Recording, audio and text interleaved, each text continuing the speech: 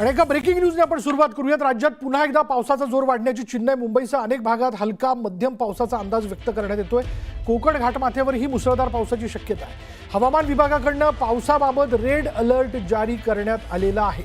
त्यामुळे लक्षात घ्या, मुंबई आणि उपनगरातील स्थानिकांनी नागरिकांनी ही बातमी लक्षात घ्यावी। अत्यंत महत्त्वाची बातमी, राज्यात पुन्हा एकदा पावसाचा जोर वाढणार आहे आणि खास करून जर आपण पाहिलं तर मुंबईसह अनेक भागात हलका मध्यम पावसाचा अंदाज जो आहे तो व्यक्त करण्यात येतोय।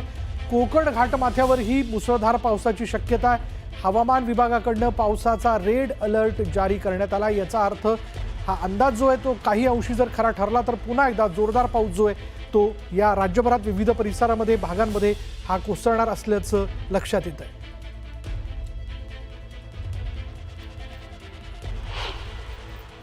ऑलरेडी या ठिकाणी नागरिकांना 2 दिवसापूर्वीच याची कल्पना दिली आहे, शेतकऱ्यांना कल्पना दिली आहे की एक लो प्रेशर बेल्ट तयार होतोय, त्यामुळे पुन्हा 27-28 किंवा त्या दरम्यान मध्य महाराष्ट्रात किंवा महाराष्ट्राच्या काही भागामध्ये अतिवृष्टी होऊ शकते। त्या दृष्टीने सरकार देखील अलर्ट मोडवर आहे आणि नागरिकांनी जी काही सतर्कता त्या दृष्टीने घेता येईल त्यांच्या परीनं ती त्यांनी घेतली पाहिजे।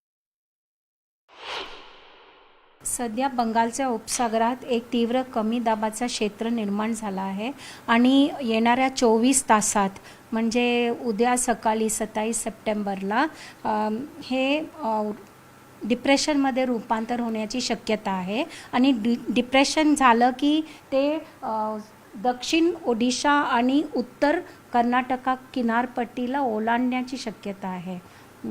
त्यामुळे आपल्याला महाराष्ट्र राज्यात मुसळधार ते अतिमुसळधार पावसाची शक्यता आहे। मोस्ट ऑफ द पार्ट्स मध्य महाराष्ट्र आणि मराठवाड्याला आम्ही येलो अलर्टच दिला आहे।